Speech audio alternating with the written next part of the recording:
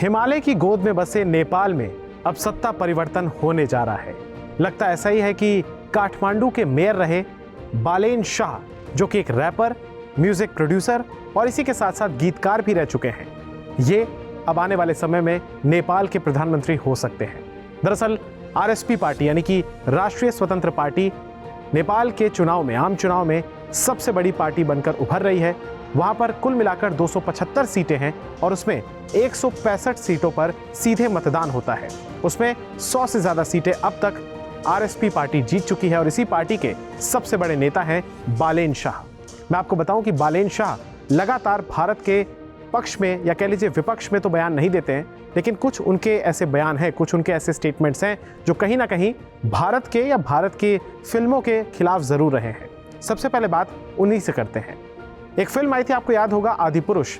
उसमें माता सीता का किरदार निभाने वाली कृति सेनन के बारे में एक डायलॉग था, एक संवाद था। उसमें कहा जाता था कि माता सीता भारत की बेटी है। इस बयान के बाद या इस बयान को सुनने के बाद बालेन शाह ने कड़ी आपत्ति जताई थी। इसके अलावा जब भारत ने नई संसद में अखंड भारत का नक्शा लगाया था, जब उस मानचित्र को लगाया था, तो उसके विरोध में या उसको जवाब देने के प्रयास में बालेन शाह ने अपने दफ्तर में भी, अपने मेयर के दफ्तर में ग्रेटर नेपाल का नक्शा लगाया था और उसमें भारत के उत्तर प्रदेश, बिहार और पश्चिम बंगाल के इलाकों को नेपाल का हिस्सा बता दिया था। लेकिन मोटे तौर पर इनका बयान या इनका जो रुख है वो भारत विरोधी कभी नहीं रहा है, कुछ अगर एक आध इंसिडेंट्स या कुछ स्टेटमेंट्स को अगर छोड़ दिया जाए। यहां पर मैं आपको बताऊं कि प्रधानमंत्री मोदी ने भी नेपाल को बधाई दी है। उन्होंने वहां पर जिस तरीके से शांतिपूर्ण और सफल तरीके से चुनाव आयोजित किए गए, उसको लेकर शुभकामनाएं और बधाई दी है। चीन की तरफ से भी इसी प्रकार का मैसेज आया है। उन्होंने भी नेपाल में शांतिपूर्ण तरीके से संपन्न हुए चुनाव को लेकर शुभकामनाएं और बधाई दी है। अब मैं आपको जल्दी से बताता हूं कि आखिर बालेन शाह हैं कौन, उनके जीवन के बारे में संक्षेप में बताता हूं और उनका पॉलिटिकल करियर किस तरीके का रहा। बालेन शाह का जन्म काठमांडू के नारा देवी में हुआ था। ये एक मधेशी परिवार से आते हैं। इनके पिता राम नारायण शाह एक मशहूर आयुर्वेद के चिकित्सक थे। बालेन शाह ने पूर्व प्रधानमंत्री केपी शर्मा ओली को झापा 5 सीट से हरा दिया है। मैं आपको बता दूं कि बालेन शाह को लगभग 68,348 वोट्स मिले, जबकि केपी शर्मा ओली को 18,734 वोट्स मिले। 2015 के गोरखा भूकंप के बाद ये जो बालेन शाह है, ये राहत कार्यों में भी सक्रिय रहे थे। बालेन शाह एक रैपर, गीतकार और म्यूजिक प्रोड्यूसर भी हैं। साल 2012 में इन्होंने अपना करियर शुरू किया था, म्यूजिकल करियर की बात कर रहा हूं। फिर शुरुआत में ये विवेकशील पार्टी से जुड़े थे। हालांकि 2022 में यानी कि आज से लगभग 4 साल पहले काठमांडू मेयर का चुनाव इन्होंने स्वतंत्र जीता था, यानी कि निर्दलीय उम्मीदवार के तौर पर जीते थे। फिर इसके बाद दिसंबर 2025 में यानी कि आज से लगभग 3 महीने पहले आरएसपी पार्टी में शामिल हुए और 2026 के आम चुनाव में पार्टी के अभियान का इन्होंने नेतृत्व किया था। अब इन्हें मुख्य रूप से देखा जा रहा है कि ये बड़े दावेदार हैं प्रधानमंत्री पद के।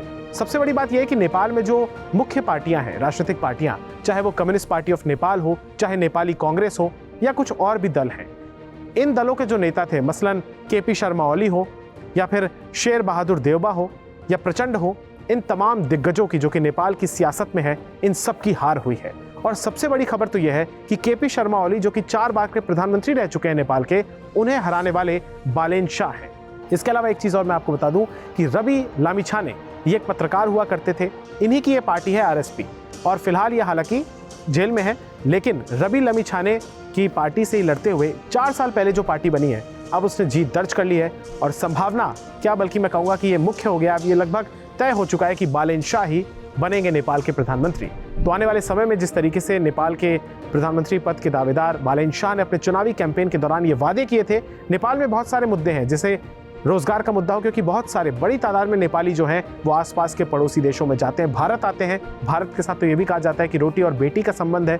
तो इनका ये कहना था कि नेपाल में लाखों रोजगार के जो अवसर हैं, रोजगार के उनको सृजित किया जाएगा। इसके अलावा इनका ये भी कहना था कि नेपाल को एक टूरिस्ट सेक्टर के तौर पर डेवलप करेंगे, प्रति व्यक्ति आय भी वहाँ की बढ़ाएंगे और नेपाल की जो अर्थव्यवस्था है उसको भी बढ़ाने का, उसको भी एक मजबूत दृष्टि में, उस एंगल से देखने का भी इनका प्रयास है। ये वादे हैं, अब ये कितने पूरे करते हैं, कितने खरे उतरते हैं, ये देखने वाली बात होगी।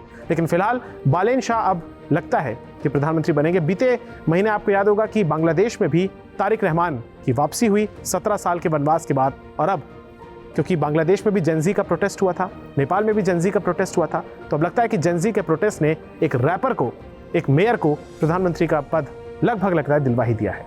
तो कैसी लगी आपको ये जानकारी में कमेंट सेक्शन में बताइएगा। इस वीडियो को ज्यादा से ज्यादा शेयर कीजिएगा और हमारे news channel Bharat buzz live को सब्सक्राइब कीजिएगा। धन्यवाद।